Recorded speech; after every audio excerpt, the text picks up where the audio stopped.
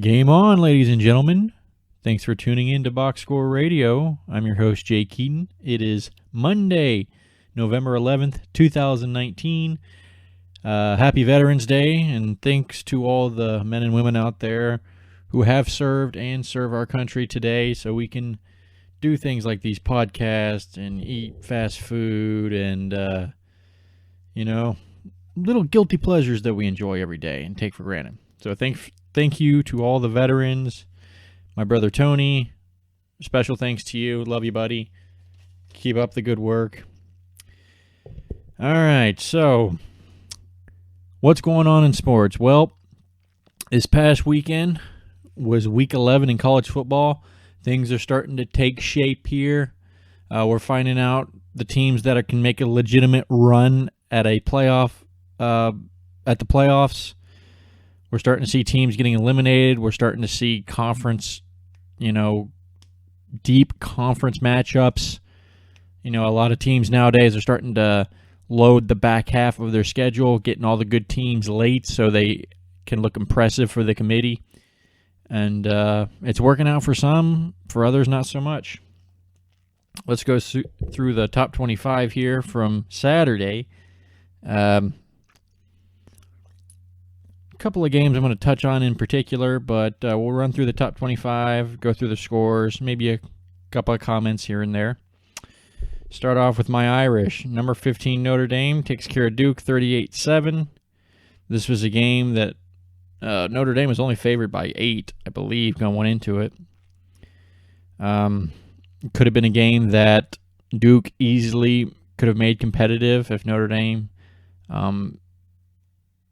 didn't pull, keep the foot on the accelerator the whole time. Book had 4 touchdowns, 2 interceptions. He was the leading rusher as well. He ran the ball for 12 times for 139 yards. Chase Claypool, 5 receptions, 97 yards, and a touchdown. So they looked good against a tough ACC team, a 4-4 ACC team looking for their identity. I thought it was a solid win, and after watching Notre Dame for the last 20 years, you just want to win every game. So, good win for the Irish. Number 1, Ohio State trounces Maryland 73-14. Still impressed with Ohio State, but still wondering.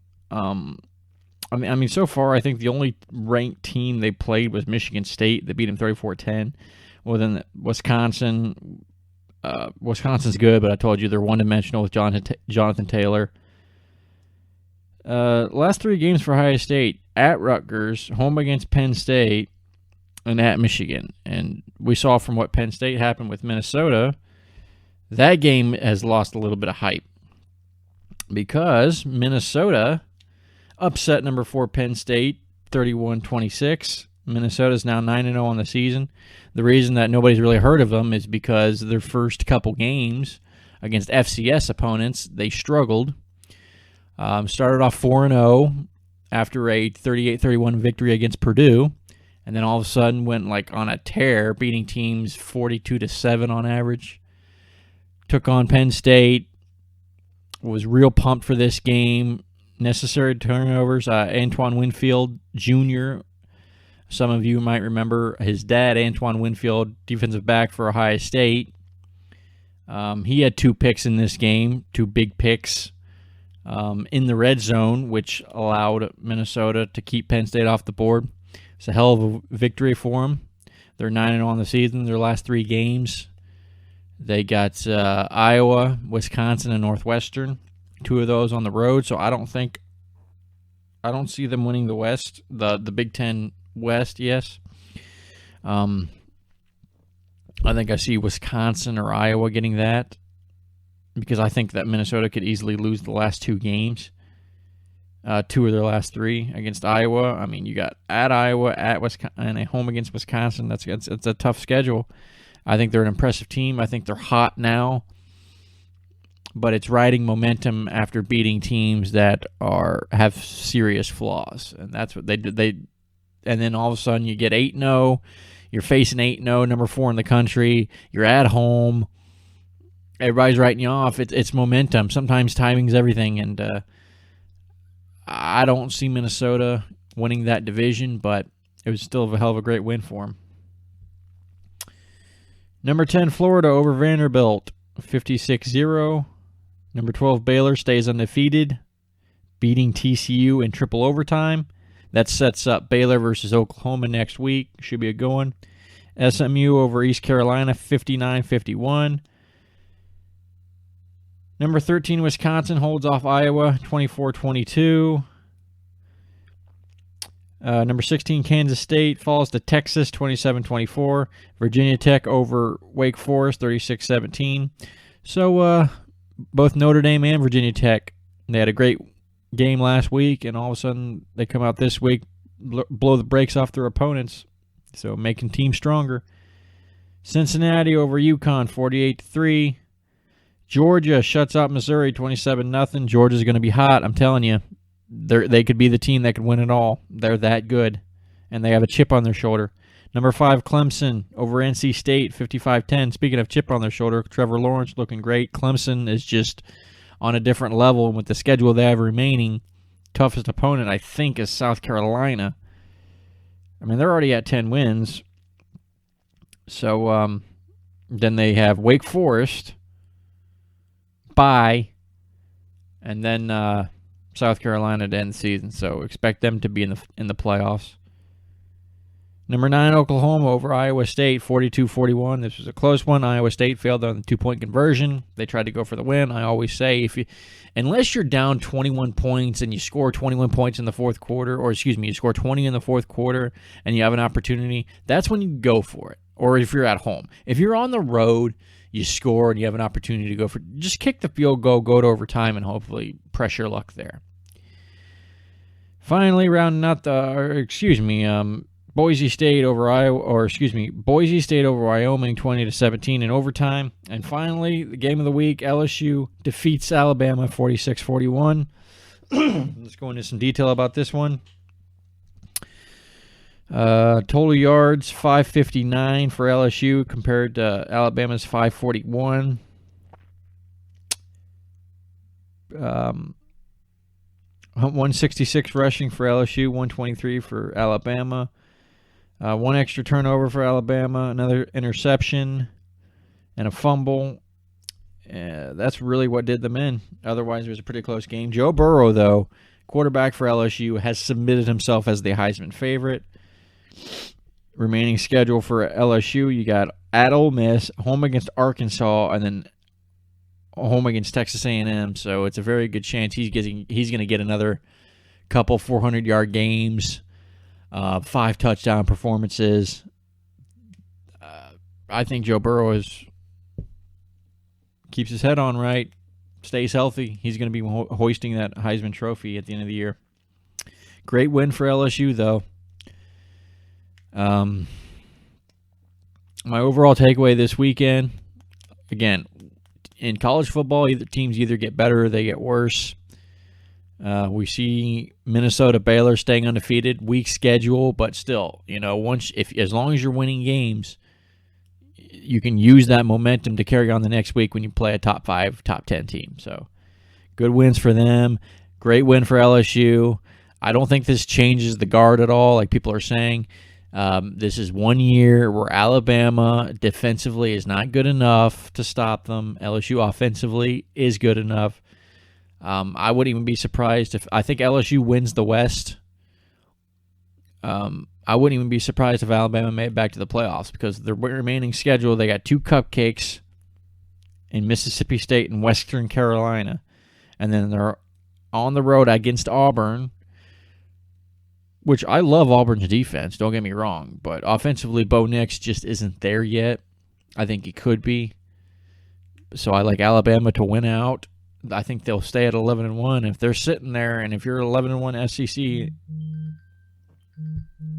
and your only loss is to the number 1 team in the country or the number 2 team in the country by 5 points, very good chance that the committee's going to like that. And even without the conference championship, they could still be a lock to get in the playoffs. So keep an eye on that.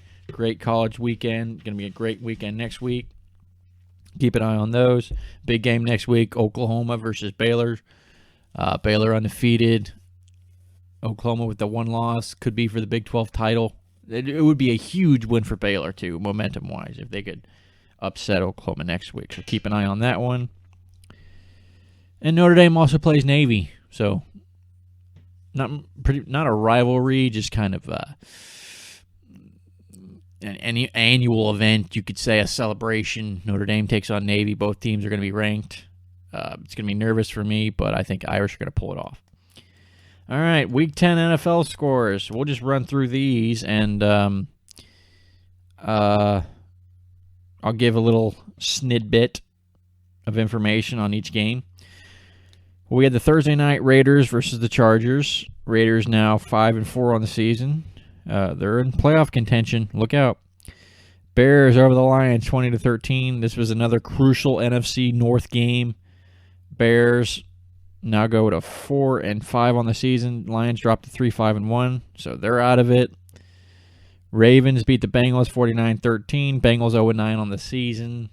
Lose every game. Get number one pick. Who cares if you go? I mean, it would suck knowing that you were on an 0-16 team, but at the same time, you're still getting the paychecks. The fans are going to hurt the most from it.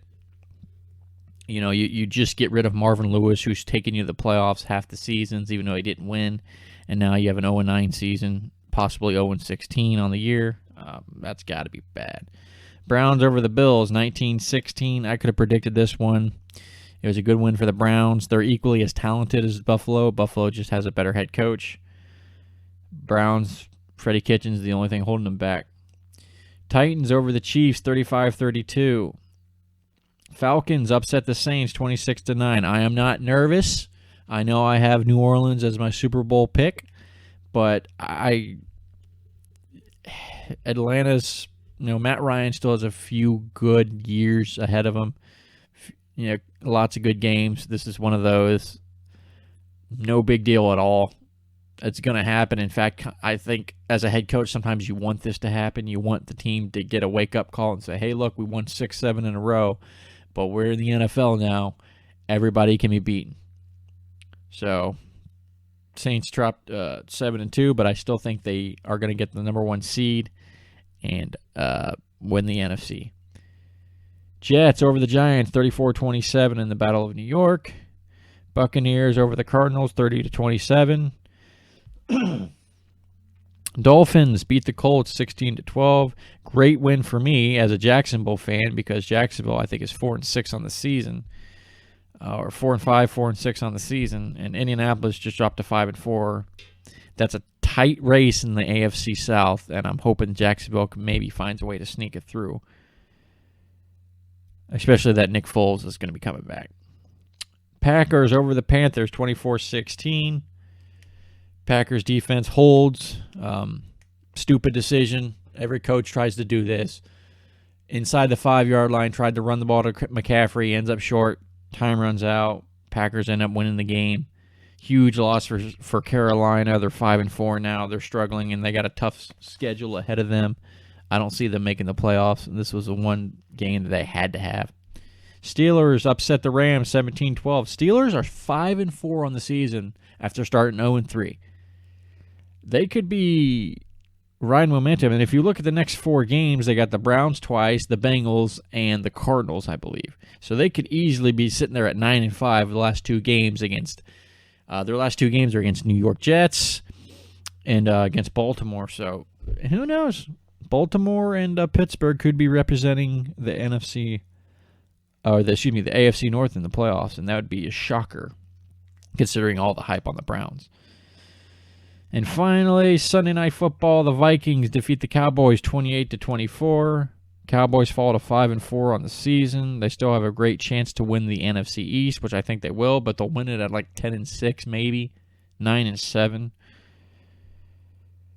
Oh man, I mean, thing is, Cowboys, you got the Lions. You're at the Lions. You're at the Patriots. Home against the Bills.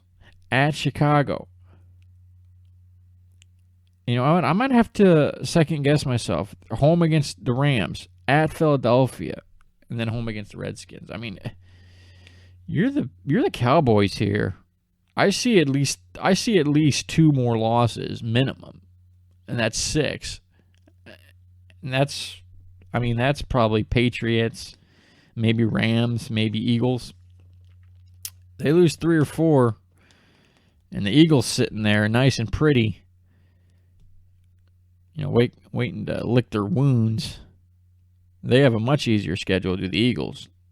They're home against New England, home against Seattle, at Miami, home against New York, at Washington, home against Dallas, and at New York, the Giants. So, very interesting race in the NFC East. I'm still going to take the Cowboys because I think they're the better team, better quarterback, but it should be very interesting. All right, that wraps up NFL Sunday scores. Let's go chime in on NBA scores for Sunday. Nuggets over the Timberwolves, 198 in overtime. Pacers defeat the Magic, 109-102. 76ers over the Hornets, 114-106. Bucks defeat the Thunder. Cavs over the Knicks. Suns defeat the Nets. Trailblazers defeat the Hawks in overtime. And the Raptors defeat the Lakers, 113-104. Games tonight. Got the Timberwolves taking on the Pistons. Mavericks taking on the Celtics. Grizzlies, Spurs, Rockets, Pelicans, Raptors, Clippers, and the big one, Jazz, Warriors, 10:30 tonight. Warriors are 2-8 on the season. Without Steph Curry, without Kevin Durant, injured. This team is not looking nearly as good as a 73-win team.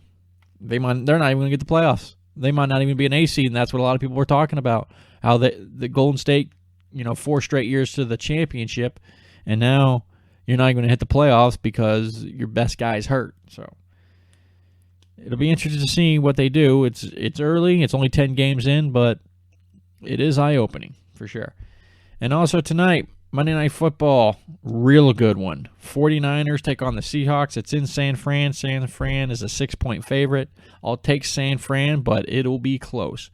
Russell Wilson's on my fantasy team. He won't be able to help me win this week, but I still think he'll have a big game, but I think San Francisco pulls it out at the end.